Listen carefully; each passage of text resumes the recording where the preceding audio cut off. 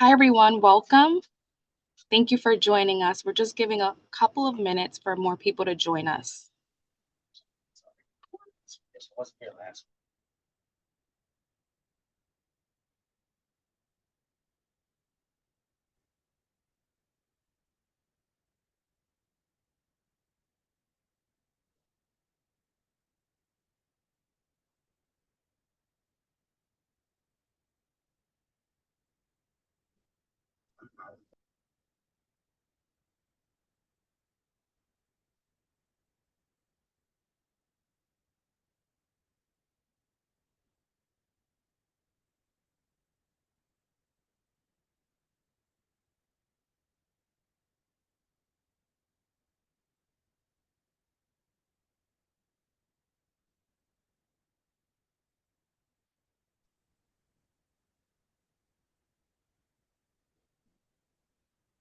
All right.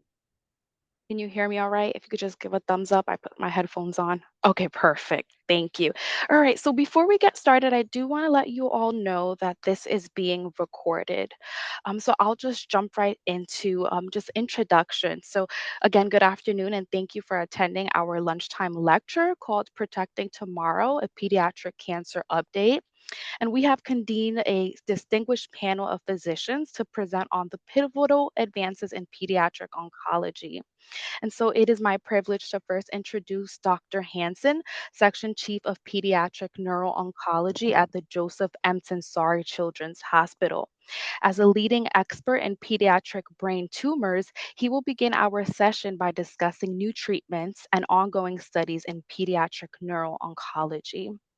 Following Dr. Hansen, we will hear from Dr. Andrew Silverman. Dr. Silverman is a pediatric hematology oncology leading expert at the Hovnanian Children's Hospital and an assistant professor at the Hackensack Meridian School of Medicine. And he will discuss the significant progress in treating acute leukemia with blinatumomab. I am not the best at pronouncing that. Okay, perfect. Thank you. And Close enough. perfect, thank you. And our final presenter is Dr. Heather Applebaum, and she is the Chief of Pediatric and Adolescent Gynecology at the Hovnanian Children's Hospital. And she will offer an overview of the future of fertility advancements of pediatric patients. Okay. All right. So, Dr.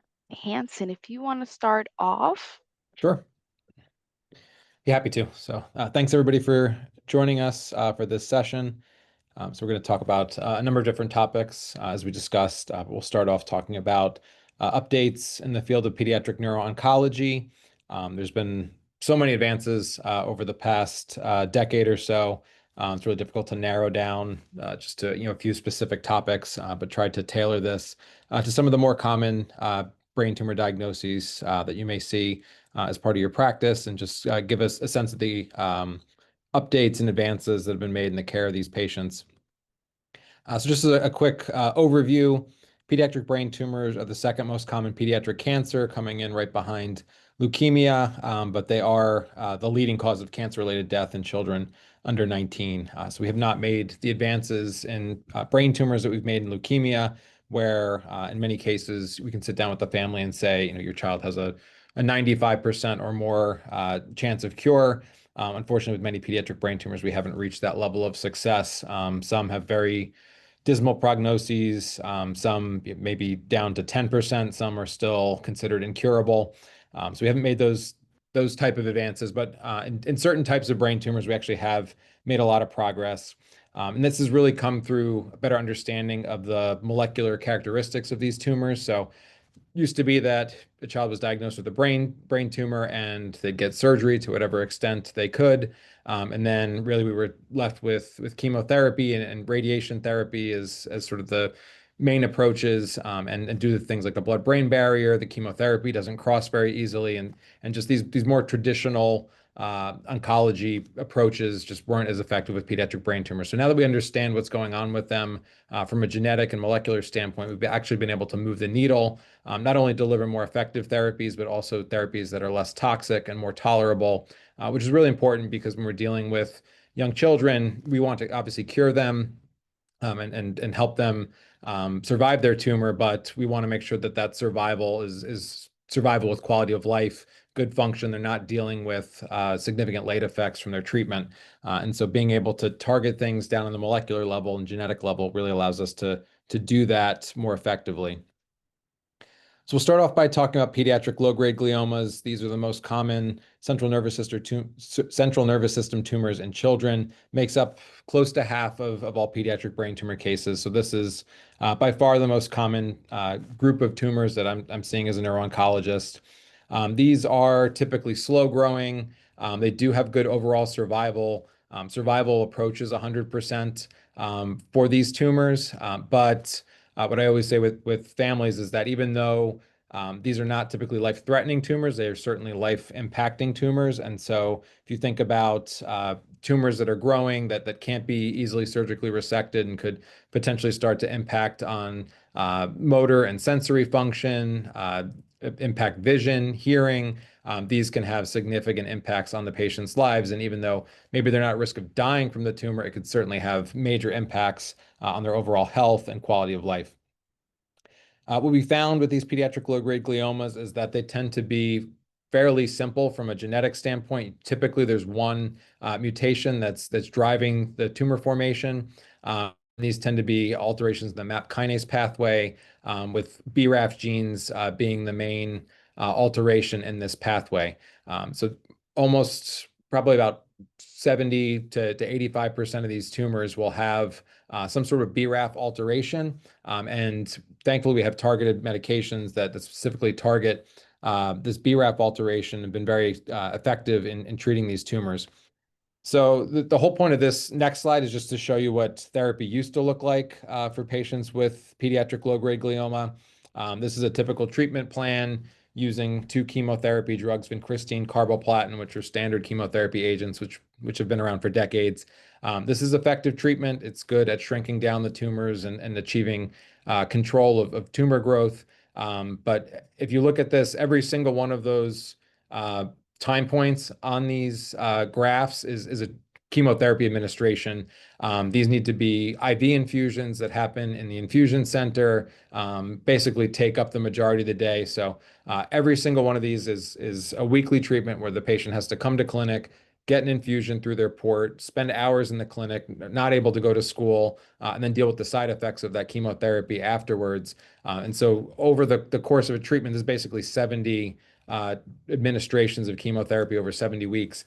Just becomes very burdensome for families. It's very difficult therapy to get through, and it's just really impacts patients' quality of life.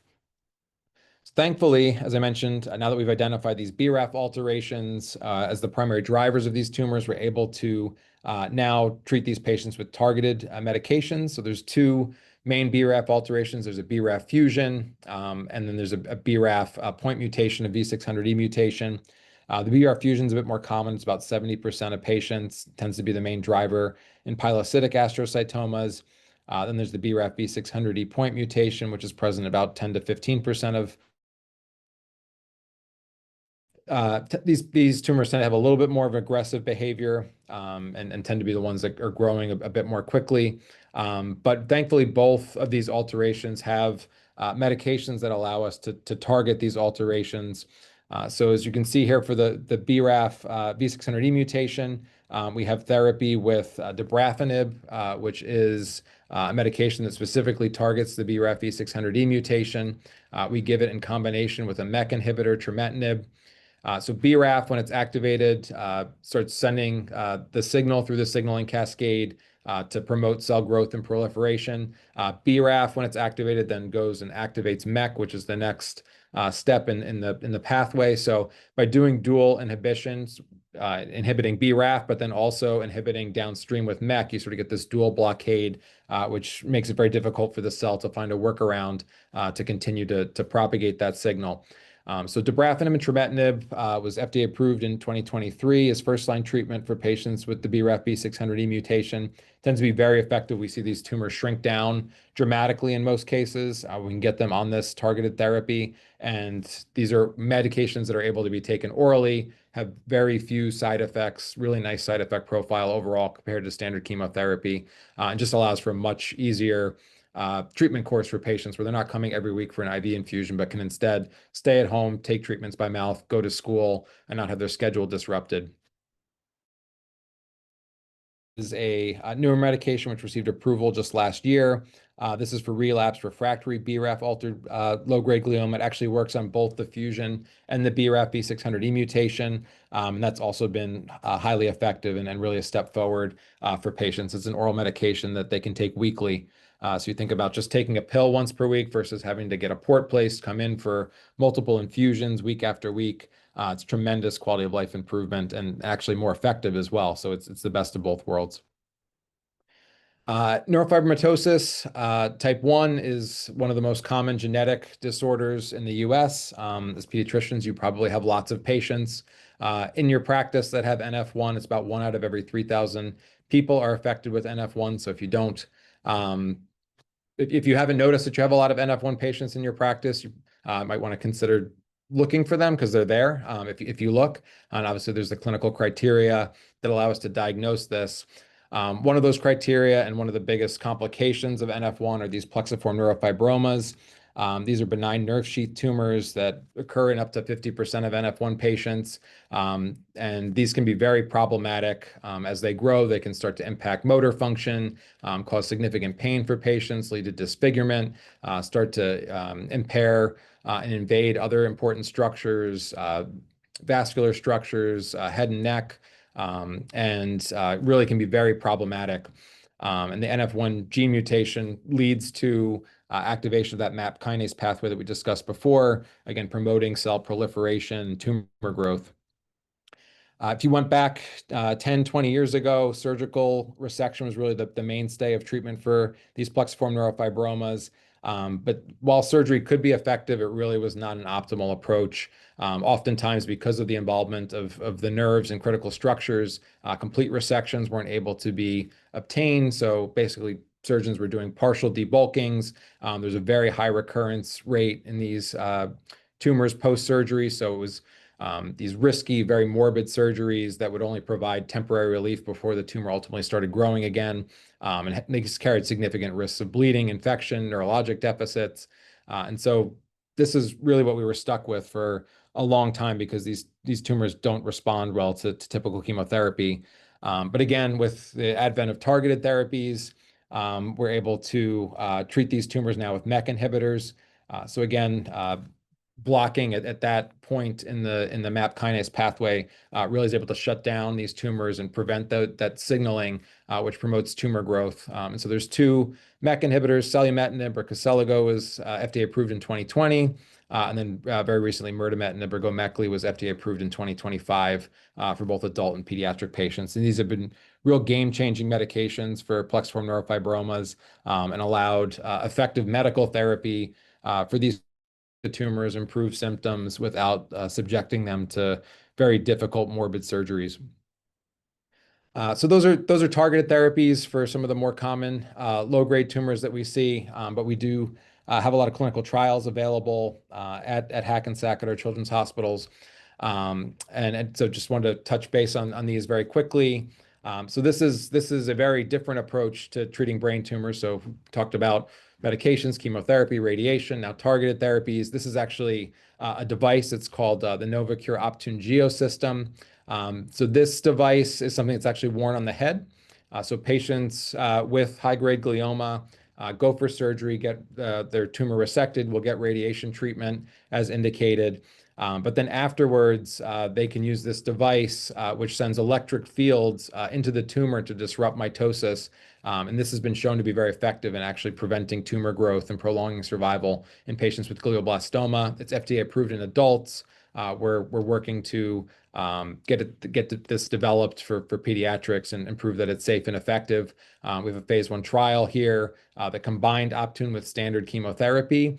And in the 6 patients we treated, 3 out of 6 have survival of greater than 2 years, which is far beyond what's expected for high-grade glioma and glioblastoma. 2 of these patients are actually over 5 years from diagnosis and thankfully likely cured. So You think about glioblastoma, just the horrible prognosis that this has. We're all familiar with it for adults. It's pretty much equally as bad with children. But now we have this device therapy that doesn't have a lot of side effects, that can be combined with chemotherapy, and has significantly improved survival. We have another trial with a new drug called LAM561. This was a medication developed in Europe that's now being studied for pediatric gliomas and other advanced solid tumors. This drug is actually a derivative of olive oil. So it has almost no systemic side effects. It's not your typical chemotherapy where we have to worry about hair falling out, nausea, vomiting, low counts. And the way this drug works is by actually restoring the normal lipid composition of the cell membrane, knowing that a lot of the oncogenic drivers and processes require certain proteins to be bound to the cell membrane in order to propagate that signal. So just here on this example diagram, you have a normal cell that has a very sphingomyelin-rich cell membrane compared to a glioblastoma cell, which has a lot of other abnormal membrane lipids. This drug is able to activate an enzyme called sphingomyelin synthase 1. And so if you look on the left side of the screen, we have this abnormal cell membrane with these abnormal phosphatidylethanolamin lipids. RAS, which is a major oncogenic driver, is attached to these abnormal lipids and sending its signal. When 2-hydroxyuleic acid or LAM561 is given, it activates sphingomyelin synthase, which basically takes those abnormal lipids, converts them into sphingomyelin. And when you have this sphingomyelin-rich cell membrane, like you see, on the right side, that RAS gets displaced, it can't send its signal. And so by changing the outside of the cell and the cell membrane, normalizing that, we're actually able to normalize a lot of the intracellular processes and have these cells function more like normal cells. And so it's a very non-toxic, targeted way to treat these tumors, which has proven very successful in adults. And hopefully we'll see the same positive results in pediatric patients.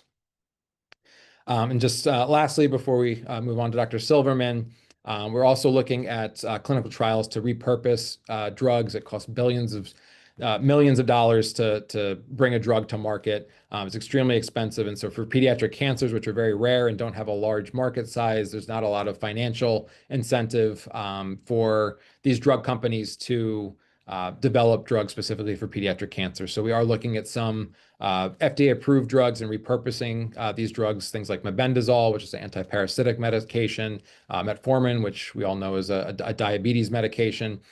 These drugs actually have anti-cancer properties, and so we're working on incorporating them into our treatment plans to see if we can push cure rates higher and deliver more effective therapies for patients in new ways that don't necessarily require millions and millions of dollars of drug development. So this is another exciting avenue that we're pursuing in pediatric oncology.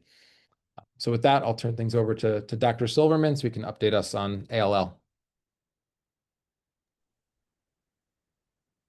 Thanks, Dr. Hansen. Let me see if I could share this correctly.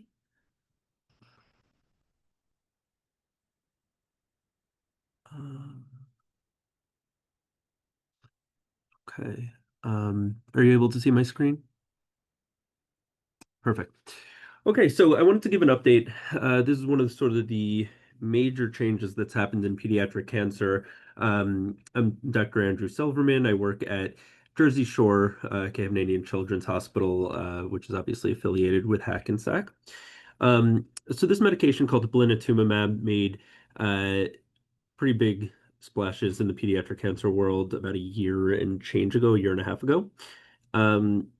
So I'd like to review a little bit about that drug, but before I get there, let's talk about B-cell ALL. It is the most common. Oh, hold on.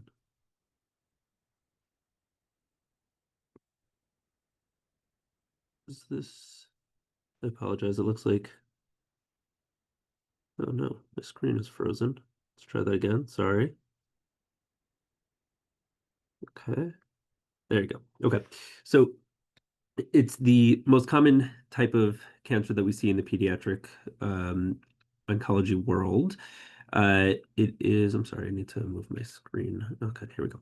Okay, so it derives from obviously bone marrow stem cells. Specifically, this version of things, the B-cell ALL, is coming from the lymphoid lineage and specifically B cells. There are other kinds of cancers that we'll see, leukemias that arise from the T cells, Leukemias arise from the myeloid lineage, but for this, we're talking specifically about the B cell lineage, acute lymphoblastic leukemia. It is the most common cancer in children. Around 25% of all cancer diagnoses that are diagnosed in children less than 15 years old. You see here some of the numbers. The most common age, though, is between 2 and 3 years, highest in Hispanic children, lowest in Black children. There are some risk factors, but they're not obvious risk factors. So maybe prenatal exposure to X-rays, postnatal exposure to high doses of radiation. These are not things that you're going to see a ton of. Certainly prior chemotherapy administration predisposes you to it, and that's a little bit of a different entity. And then there's all these all these genetic conditions that are associated with it that I've listed here. Down syndrome is sort of pulled off to the side as a slightly different treatment modality, but we'll find out that blinatumomab was actually used for this and seems to be efficacious, though that's sort of treated as its own entity. Historically, over the course of time, not sure how many know this. Anybody who's read the Emperor of All Diseases by Siddhartha Mukherjee, which I just reread recently. Basically, this is the first treatment, the first chemotherapy that was shown to be efficacious was shown specifically in B-cell ALL, and that medication was the precursor to what we now use as methotrexate. It was called aminopterin at the time in the 1940s. Nevertheless, this has been sort of the hallmark of improvement in treatment for cancer treatment in modern age. You see here in this graph, this is from Stephen Hunger out of CHOP. This is something from the New England Journal of Medicine. You see back in the 1960s and 1970s, outcomes were really quite poor. And over the years, we've just made incremental improvements in outcomes such that before blinatumomab was introduced, you look at about 90-95% overall survival at about 5 years, which is, again, where we use the term cure. So on this background, we've introduced this new agent. It's an immunotherapeutic drug. It's called blinatumomab. And essentially what was done for this medication, they combined an anti-CD3 monoclonal antibody. They take the variable chain or the variable region of that antibody. They link it to an anti-CD19 antibody. So anti-CD3 obviously is going to target your your T cells, and anti-CD19 antibody is going to target your B cells. And again, we're talking about B cell lymphoblastic leukemia. So our target cell here, our malignant cell, is the B cell. So you take these variable chains, you link them together, and this is what's called a BiTE or bispecific T cell engager, and it's called blinatumomab. You introduce it into a patient, it's going to bind your CD3 positive T cells, redirect lysis that T cell is producing into the tumor cell or the B cells. It'll affect healthy B cells as well as tumor cells. And so this was the concept of this medication. Obviously, with pediatric cancer, we generally do not introduce a novel agent in patients who are doing well, like I was talking about with those the overall population of patients with B-cell ALL have really exceptionally good outcomes. You're not going to introduce this novel agent right away. So it was first introduced in a study called AALL 1331 into patients that had relapsed or refractory B-cell ALL, which has historically had a very poor outcome. Those patients, you get reinduction chemotherapy, you get bone marrow transplants. Many patients were getting multiple transplants and ultimately succumbing to their disease. So the question was, can we introduce this novel agent in this category of patients? And I don't know, maybe it'll work well. So this study was introduced in 155 different hospitals in the US, Canada, Australia, and New Zealand, incorporated about a little over 200 patients that were randomized to receive this novel agent, blinatumomab, in addition to standard chemotherapy followed by bone marrow transplant, or just regular chemotherapeutic approaches in the patients who typically had not done well. What you see here on the right is the findings. The disease-free survival at 2 years. And mind you, this is 2 years. This is not long-term cure. But what was seen is that these patients had substantially better outcomes in that these patients were A, still alive, which is incredible in its own right, and B, free of disease, which is even more incredible. So this was first published, I think it was in 2021. Yeah, it says on the bottom, 2021. But before that, the data was known, and it was seen to be efficacious. And so the concept was then asked, well, this has really good effect in this patient population, and there were concurrent studies that were being done in adult patients and in international trials. And based on that, this novel approach was brought to the light. Uh, can we give this in the newly diagnosed patients? So what I have here is an overview, and it's intentionally I don't need full details here, but this is the standard treatment for B-cell ALL, where you get a whole series of treatments that are intermittently aggressive and less aggressive, but still the whole time you're getting chemotherapy, and it lasts about 2.5 years, give or take. Um, so with this, this is all the standard chemotherapy drugs that you're going to think of when you think about chemotherapy. You're getting steroids, you're getting methotrexate, vincristine, cyclophosphamide, cytarabine, etc. at different phases throughout therapy. You're getting anthracycline, so daunorubicin, doxorubicin, which can obviously influence cardiac function. So the idea was maybe we can introduce blinatumomab and do two things. One is enhance the outcomes, enhance survival in the patients. There's subgroups of patients that don't do as well, and B, maybe we can minimize the harm done by these chemotherapeutics.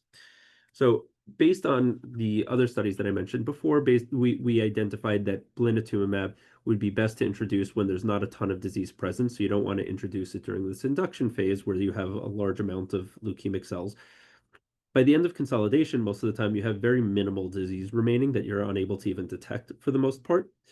And so it was identified that you give the blinatumomab at the end of consolidation and then again at the end of interim maintenance. Blinatumomab is administered over 1 month, it's 28 days, a continuous IV infusion. Typically, we give it through a portacath, and there's nuances about the way that you change the bags and all these different things when you're ready for a bag change. But these patients go home. They walk around with the bag attached to them. They have their port accessed. We've had many patients who are getting this and they're playing, doing normal things, being a normal kid. Anyway, you get these 2 cycles. And so this is the data that was published from this. So this was recently published. This was the new data that I was just mentioning. It was published, I think it was technically in December of 2024 that it became available, but the publication is listed here as 2025. This is out of the New England Journal. And basically what was done, we did this randomization where some patients were doing what I just mentioned with blinatumomab and other patients were getting just the standard of care without the blinatumomab. And the study was designed to incorporate a large number of patients, but it was stopped early because the outcomes were so substantially improved in the patients who had received blinatumomab. Now, the interesting thing about this is that this is a group of patients. These are the standard risk patients. So the patients who had less high-risk markers at diagnosis. It did not incorporate patients with Philadelphia chromosome. It did not incorporate patients, for example, who were older age, so above 10 years of age. Did not incorporate patients who had hyperleukocytosis or a white blood cell count above 50,000 at diagnosis. But what was seen in this standard risk group, there are patients who were supposed to be poor players based on the eventually diagnosed genetic changes in their leukemic cells. And all of these patients had a substantially improved outcome. If you look here under disease-free survival, the overall cohort did better. The standard risk average patients did better, and the standard risk high did better.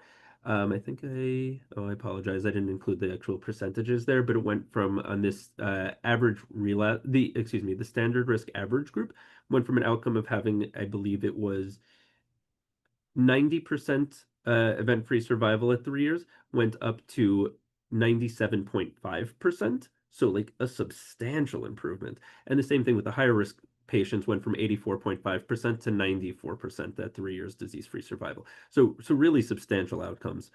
And effectively, the drug was very well tolerated. Now, there are some things that were identified in this study that now have changed the way that we're administering the medication. But essentially, that boils down to because you're attacking B cells, you become effectively like a B cell aplasia kind of clinical situation. And so they were seeing more non-fatal sepsis or catheter-related infections in the patients who received the blinatumomab versus those who did not. So at this point, blinatumomab is now considered the standard of care for B-cell ALL in pediatrics. And what's very interesting about this is that the data was so compelling that the Children's Oncology Group recommended that all comers, whether you qualified for the study or not, everyone's getting blinatumomab incorporated in the same way that we mentioned here. And that includes the high-risk patients that typically would not have received this. meaning greater than age 10, greater than white blood cell count of 50,000 at diagnosis, anyone who had CNS involvement with their initial leukemic diagnosis. And also those who had targetable mutations, so Philadelphia chromosome as an example of one. But there are outstanding questions, obviously. So blinatumomab demonstrated efficacy for the patients with newly diagnosed standard risk, but it hasn't been studied in high risk. It was shown in adult patients to be effective, listed here, and presumed it'll be effective in pediatric high-risk patients as well, because basically you're saying that up to the age of 10 it's effective, 18 and above it's effective, so you presume 10 to 18 it's going to be effective, but we don't know that for a fact. That's obviously, trials have to evaluate this, and there are open trials looking at this. There's an increased risk of sepsis or central line infection that I mentioned there versus the standard of care, and it's thought to be due to B-cell aplasia. And so what's recommended is some specific enhanced supportive care with our patients. We're basically giving them a whole lot of IVIG for supplemental purposes, not for treatment of any underlying condition, but rather to say, oh, look, now you have become hypogammaglobulinemic. I can fix that by giving you IVIG. And that seems to be improving the outcomes, though it's not been studied in a formal way. Additionally, they introduced the concept of using antimicrobial prophylaxis, typically in the form of Levaquin, during certain phases of therapy where you're expected to have the highest risk of those infections.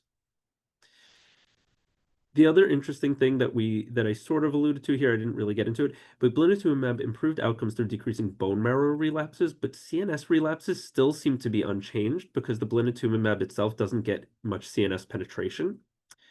And so effectively, what are we going to do with those patients? Unclear in this moment. It's a topic of ongoing discussion. The newer trial is being formulated as we speak. They also made some modifications based on certain genetic markers that were not previously understood to be as clinically relevant. So there's some nuances here with the staging and grouping and so forth. And the newest study is going to be coming out hopefully within the next couple of years to take a look at some of these outstanding questions. But the outcome really, really changed. Blinatumomab made a substantially improved difference in the outcomes. And so this is basically to discuss that. I was very excited when I saw these results. I called my mother, who was not medical. I was like, wow, that's exciting. But yeah, so the point being that blinatumomab is an exciting change in the field of pediatric oncology, and it's going to really revolutionize the way that we treat patients with acute lymphoblastic leukemia and potentially other diseases as well as this approach gets extrapolated to other things here. So with that, I think I'm going to transition over to Dr. Applebaum, who's going to be discussing the preservation of ovarian function for children with cancer treatments. Okay, I think you took over. Oh, you're muted, I believe. Thank you for telling me that, Dr. Silverman. I'm excited to join everybody this afternoon and honored to be able to speak alongside my colleagues, Dr. Hansen and Dr. Silverman, on a tangential topic to cancer treatments. Frequently, we're very focused on the cancer at hand and the cancer treatment recommendations so that we can take our patients from illness to health. But part of health and pediatrics is looking at the longevity of health and the quality of life that ensues after cancer treatments. So my topic for today is how to talk about preservation of ovarian function for children who are undergoing cancer treatments or who are survivors of cancer treatments. Trying to advance my slide. There we go. Okay, so the significance of what we're talking about today is over the last bunch of years, we've noticed a very high increase in the 5-year survival rate of patients undergoing cancer treatments, especially childhood cancers. So that begs the question of how do we improve the quality of life as these patients enter into different stages where they're no longer undergoing their cancer treatments, but we want them to progress in a healthy fashion. And so particularly with the focus on that, we are concerned about preserving their future fertility, but also preserving their ovarian function to prevent ovarian failure from occurring. Certainly premature ovarian failure can be significantly impactful on quality of life in terms of patients who are younger than the pubertal age, to allow them to naturally go through puberty, undergo normal reproductive years where they'll menstruate on a regular basis, and then take them into adulthood where they may be interested in becoming pregnant and will require normal hormonal milieu for their ongoing development, as well as protecting bone health in the long run. So there are several fertility treatment options that we offer, and I'm so excited to be able to tell you about these different options. None of them are really new, but I think it's a little bit of a big black box that most people don't have that much exposure to. So they don't necessarily know what's available. So today I'm going to tell you all the different modalities and tell you some of the risks and benefits. And I'm going to try to do all of that in 15 minutes. So we're going to do our best. So basic treatment options, there's GnRH agonists. We're going to talk about some of the data about that. There's cryopreservation techniques that includes oocyte cryopreservation, embryo cryopreservation, as well as ovarian tissue cryopreservation. And then there's transposition of the ovaries out of the field of radiation to prevent some of the toxic effects that can occur to the ovaries during cancer treatments. First, I want to talk about, so you can understand the context of why this is significant, is how radiotherapy damages the not only the whole reproductive tract, but specifically the ovaries. And what's interesting is that this is age dependent and dose dependent. So the younger the ovaries, the more resistant they are to exposure to both chemotherapy and to radiation. Now, my slide isn't well formatted, but maybe you could sort of follow that at birth, the patients can be exposed to up to 20 gray of radiation to the pelvis before there's a radiotherapy-induced damage to the ovaries that causes ovarian failure. At the age of 10, that dose exposure decreases, and it progressively decreases as the patient ages. The same thing is true with chemotherapy. Some of the chemotherapeutic agents some of them are more gonadotoxic than others, particularly the alkylating agents are known to be have the highest rate of gonadic toxicity that can result in either transient ovarian failure or premature ovarian failure. And so we want to be very careful to understand when we're counseling patients on the options for cancer treatments, that we understand what some of the long-term effects are, keeping in mind that the survival rate is extremely high. So once the patients survive, we also would like their future reproductive capacity to survive with their survival. I don't think, we spoke a little bit about immunotherapy, and I don't think that immunotherapy has too much effect on ovarian function, but some of the other chemotherapeutic agents and certainly the radiation therapeutics can affect ovarian function. And I think we spoke about some of the tyrosine kinase inhibitors earlier today, and that certainly can affect ovarian function as well. So the context of talking about ovarian preservation is extremely important in this patient population, because premature ovarian failure can result in loss of quality of life in many different areas. It can decrease the ability to go through puberty for our young patients. Once they do go through puberty and enter adolescence and young adulthood, it can affect their sexual functioning. They can start to have menopausal symptoms, hot flashes, decreased emotional capacity, maybe a lower basal metabolic rate that's going to make them gain weight, vaginal dryness, overall feeling of not as well-being, joint tenderness, and even decreased bone density that comes along with patients who become menopausal, and certainly patients who become menopausal prematurely.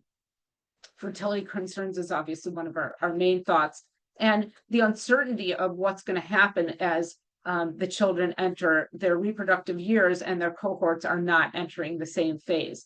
These patients will require hormone replacement therapy, and hormone replacement therapy in and of itself can have lots of side effects and may not be well tolerated. So if we can avoid that, that would be great.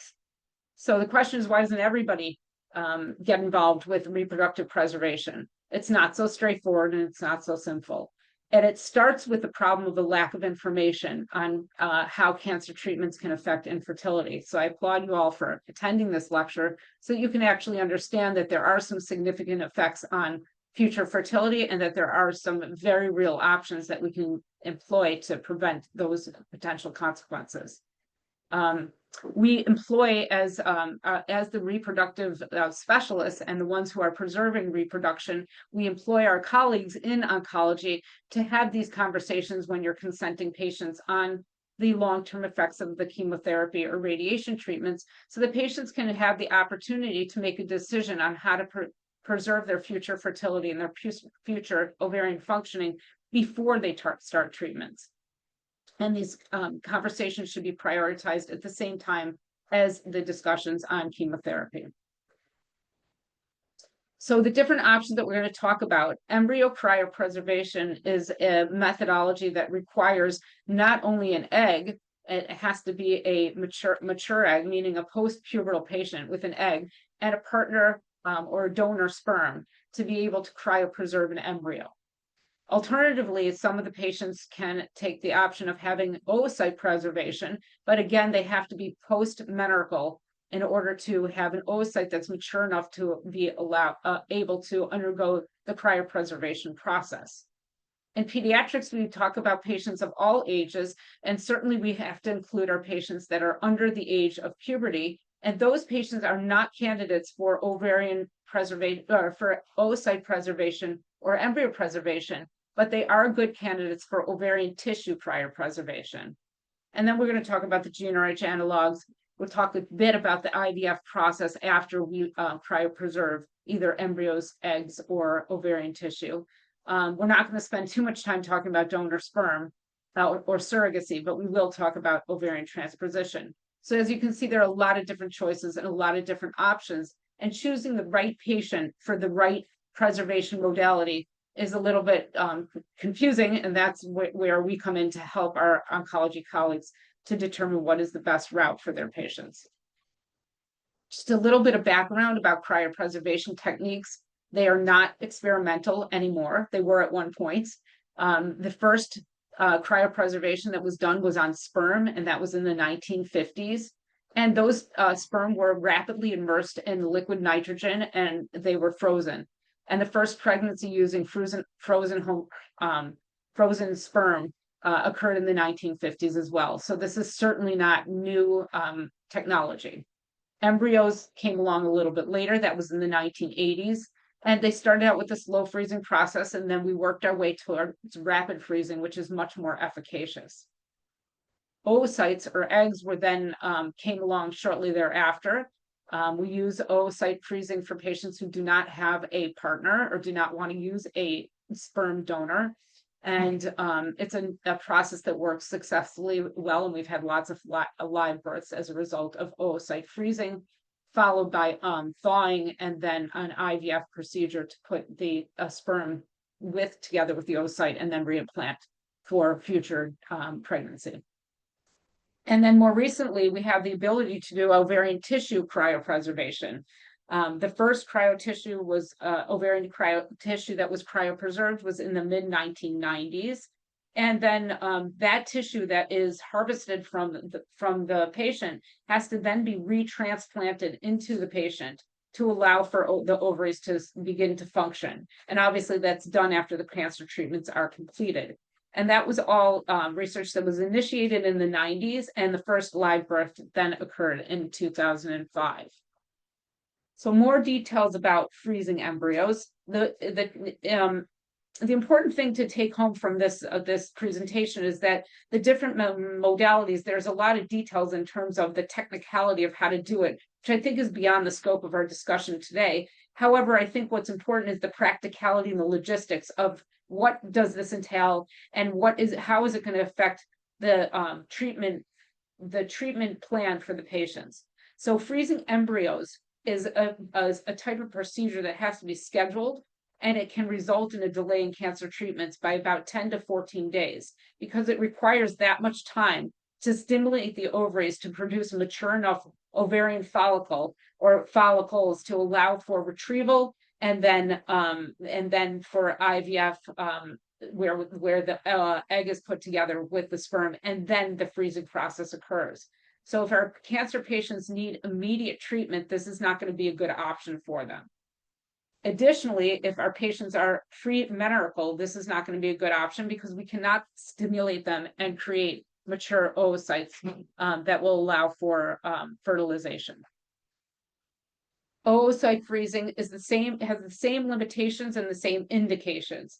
The only difference between we prefer embryo cryopreservation, but if there is no sperm, either from a donor or from a partner, then this is an alternative option that's used, where an egg itself is preserved. The process is essentially the same. The patient needs to be stimulated, so it requires a delay of approximately 14 days. And usually it ends up being more like 21 days by the time the process gets started. So it requires a delay in treatment so that we can retrieve mature eggs prior to initiating the cancer treatments.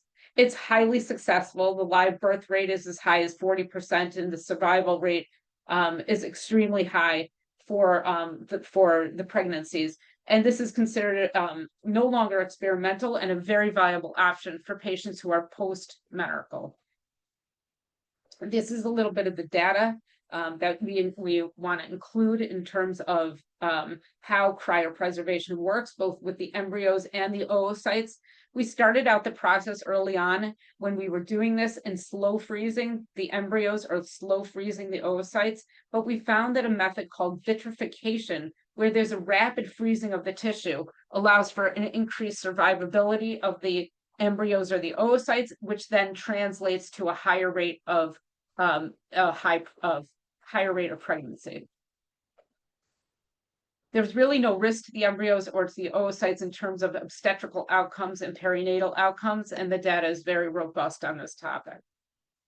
Ovarian tissue cryopreservation, which is very relevant for our patients that cannot undergo oocyte or embryo cryopreservation, specifically due to age or their stage of development, or because they need rapid onset of their cancer treatments. So somebody who cannot be delayed with their chemotherapy or cannot be delayed with radiation, this is a nice option where the tissue is harvested by doing a minimally invasive laparoscopic procedure at the time of port placement. So when the port is being placed for chemotherapy and the patient is already under anesthesia, it's a 5-minute laparoscopic procedure to remove one of the ovaries. The ovary is then removed and then cryopreserved for later use. The contralateral ovary is left in situ so that if the cancer treatments are not completely gonatotoxic, then there can be some de novo ovarian tissue functioning, because there will be one left in situ. And there's one that's cryopreserved for future use as kind of an insurance policy, so that if there is catastrophic damage to the ovaries, there's one left in the bank. Once the tissue is cryopreserved, reimplantation has to occur at some point. That method is also done either laparoscopically or through mini laparotomy, and the ovarian tissue can be either placed right where it belongs, where the ovaries were in the first place, which is really considered to be the preferred method because they reperfuse and revascularize pretty quickly, and they're in the right orthotopic position. However, there also is an option to put them in, let's say, the forearm, in the subcutaneous tissue, or in the abdomen. That's ideal for patients who have received radiation and their blood flow may not be so robust in the pelvic area. The key is that when we transplant the tissue, we want good vascularization so that there is good functioning of that ovarian tissue. And the outcomes are really good. When we look at the outcome of ovarian function, before we get to fertility, ovarian function where the hormones are naturally being produced, so the sex steroid hormones of estrogen and progesterone and testosterone are being produced, that occurs over the course of about 6 months. We see patients return to normal ovarian function 6 months after transplantation. So once we have normal functioning of the ovaries and a normal hormonal milieu, that lends itself to fertility for fertility capacity, and the results are very good. We know that the first pregnancy was reported in 2004, and we know that the pregnancy rates are now as high as 62%. And with those pregnancies, the live birth rate is about 40%, which really approaches the same pregnancy rate as oocyte or embryo cryopreservation. We know that there's a renewal of ovarian function, so we know that we can prevent premature ovarian failure or premature ovarian insufficiency.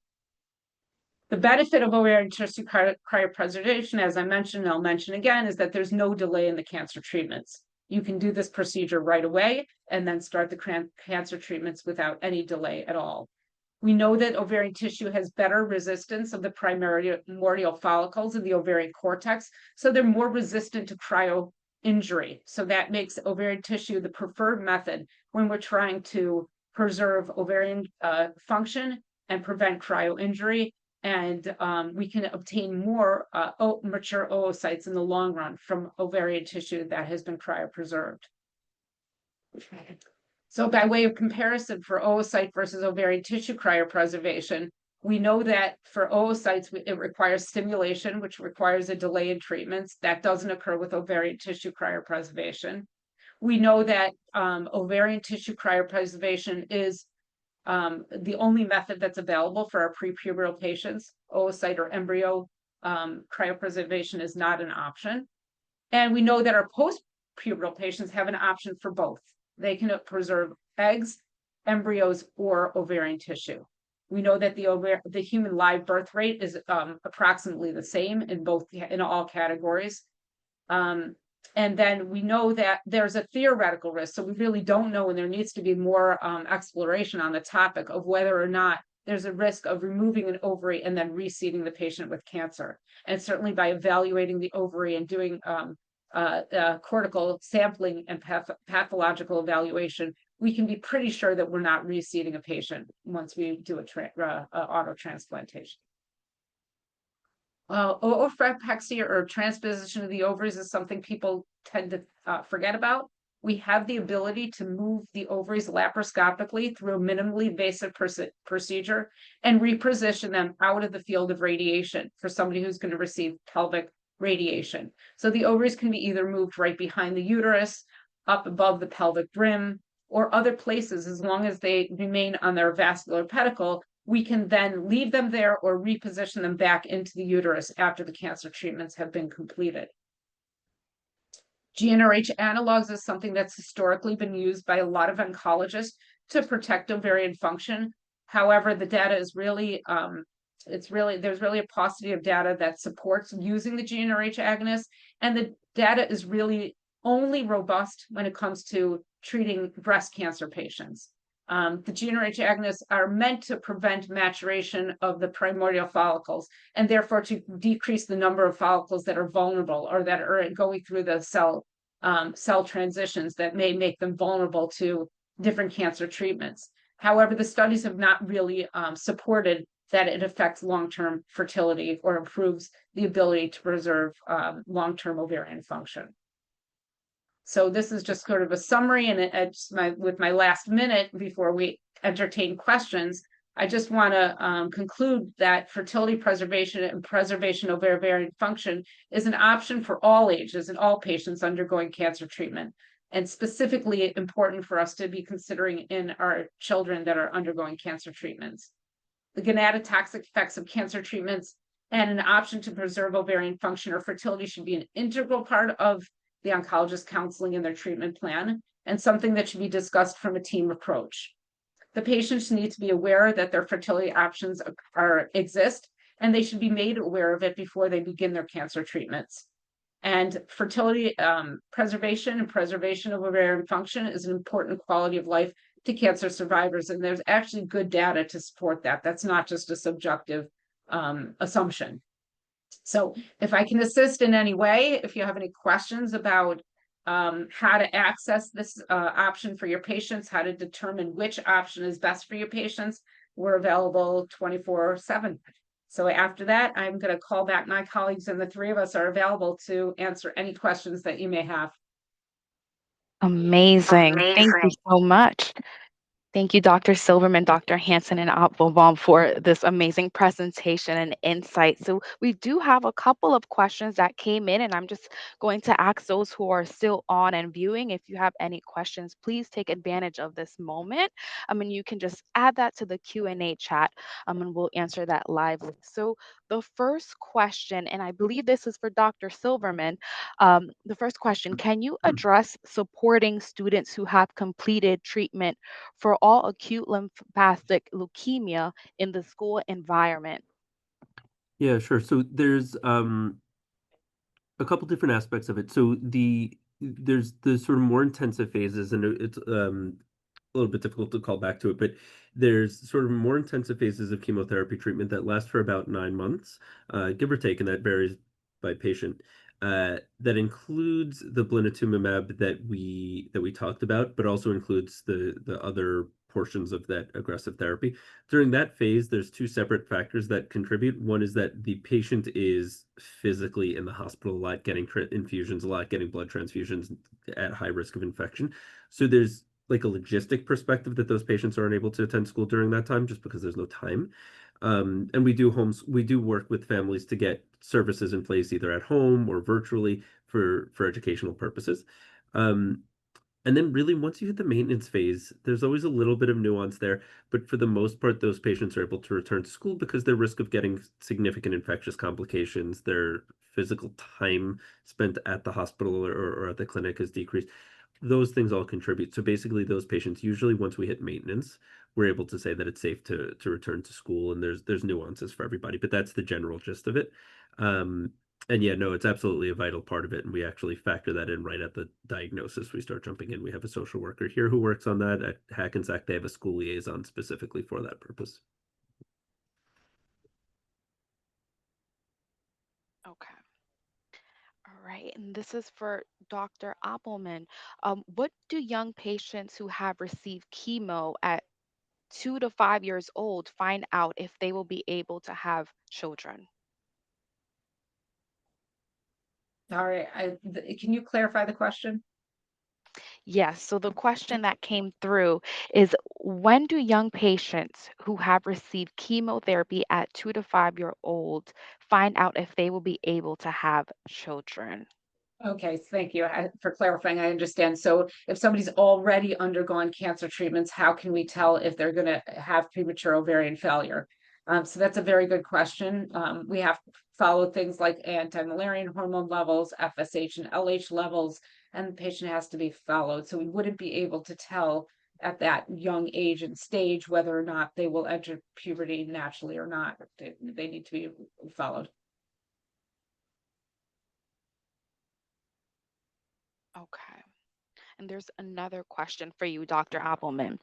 At which point do you introduce the topic of ovarian preservation to parents whose young child recently received a cancer diagnosis? Do you see any resistance from parents to go forward with ovarian preservation? If you want me to. It's an excellent question. I think, we always try to provide individualized care. But the general question is, when do we introduce the topic? And I believe that, soon after the cancer treatment recommendations have been made, that's when this discussion has to happen. It's really part of the presentation of how do we go forward once we have this diagnosis? What's the map? How do we navigate this illness? And this needs to be part of the conversation on the front end to be the most effective. I'd like to jump in on that one as well, if possible. So for me, there's the concept in the pediatric cancer world of the day one talk, which is where you say, "Hi, we're part of your treatment team. Introduce all the players. This is your diagnosis. These are what your treatment options are going to look like." And as part of that, like when I have my first conversations, I specifically bring up fertility risks because it depends obviously on chemotherapy. There's some chemotherapy regimens that are very low risk for infertility and others that are very high risk. And so I think that's an extremely important portion, excuse me, of that day one talk. And so then what's the recommended fertility preservation option and so forth, that's dependent upon the treatment. And that's where from my perspective, we pretty much quickly call Dr. Applebaum in and say, hey, we have this patient who is at high risk or whatever it may be, or has I questions. think that's the benefit that we have. I know that we have also up at the Joseph Sanzari Children's Hospital, and Dr. Hansen could probably speak to this too. We both have teams that are very collaborative in terms of the oncologists working together with the pediatric surgeons and the gynecologists to help preserve, or at least give the option to preserve the future fertility, the future preservation of ovarian function.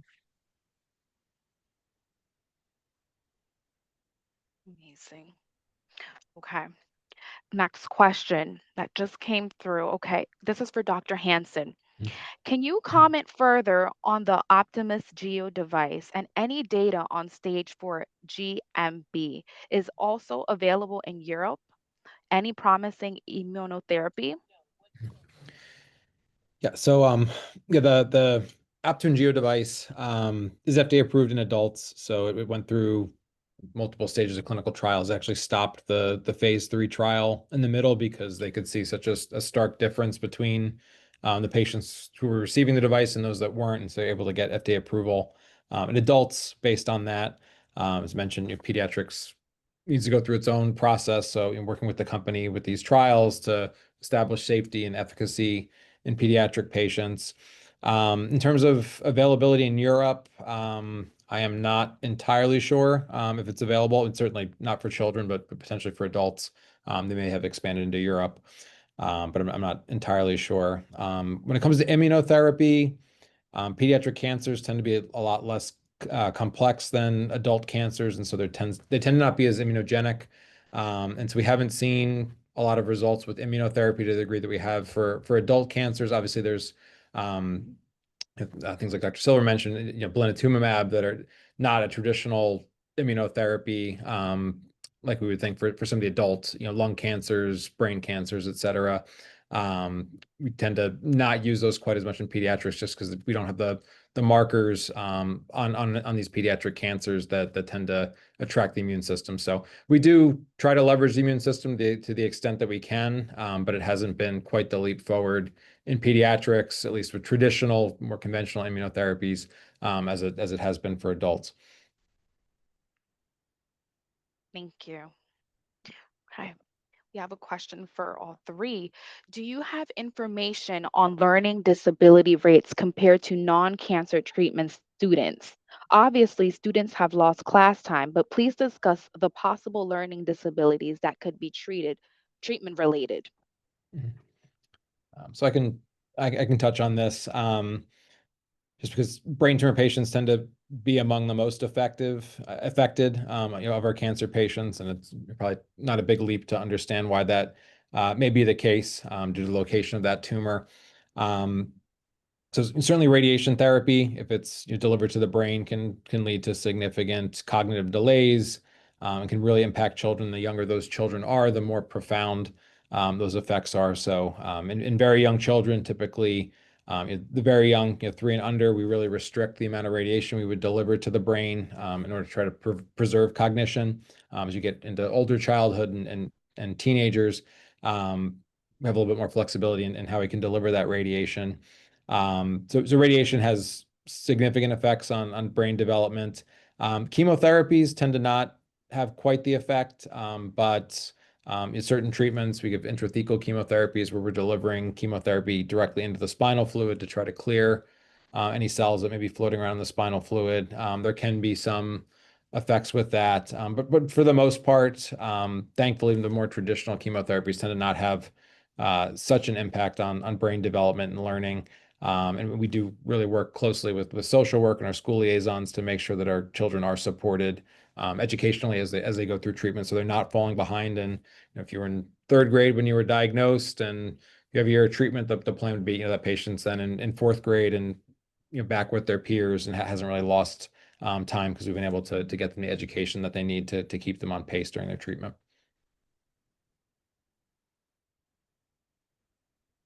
Okay. Right. Next question for all three. What advice would you give to clinicians trying to stay at the forefront of these rapidly evolving treatment options?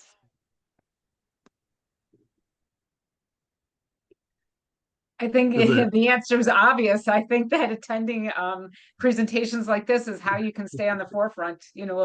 Reading and listening and collaborating and a phone call and being inquisitive is how you stay there. Yeah, and I'll say that there's the world of pediatric cancer is really exploding in terms of the amount of data that we're coming out with and seeing new treatments, new targeted therapies, new chemotherapy combinations, all these different things. It's constant. It's I personally, to keep up on it, I read a few different specific journals that give broad overviews, but even that you're going to miss a whole bunch of it. So you have to be able to sort of attend the conferences that you can attend and hear about it that way. Yeah, it's an exciting time. Amazing. Thank you. All right. So those were all the questions. Um, if you have any last, oh, okay. Someone said thank you. If you have any last questions, please feel free to add them now. If not, we'll conclude this presentation. Again, thank you, Dr. Silverman, Dr. Hansen, and Dr. Appelman for this amazing presentation and your time. Um, just want to say again, this is being recorded. If you have any questions or you want to refer an appointment, please scan this QR code that would lead to the HMH main page. Okay, there's another question that came through. It says, Diane, any recommendations for school nurses? Yeah, I would say that one of the most important things that we do, one of the most important interactions we have with our patients that go back to school, whether it's at the end of treatment for leukemia or if it's at any of the other disease states that we treat, we make it an active effort that the nurses should be aware of the things that are going on with the patient. And I think that it's really just important, obviously in conjunction with the families, that the nurses find out the specific details, the specific risks, concerns, worries that the providers have for the patients, because it's vital for us. My patient is, immune compromised in whatever capacity and going to school. I want to know. I want to make sure that they're safe, and that I think that being able to communicate with the family and with the providers is going to be really helpful.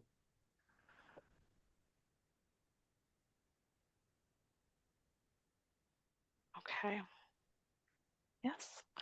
So that was the last question for today. Again, thank you. And please scan that QR code if you want to refer an appointment, if you want to learn more. All the information is in our main page. All right.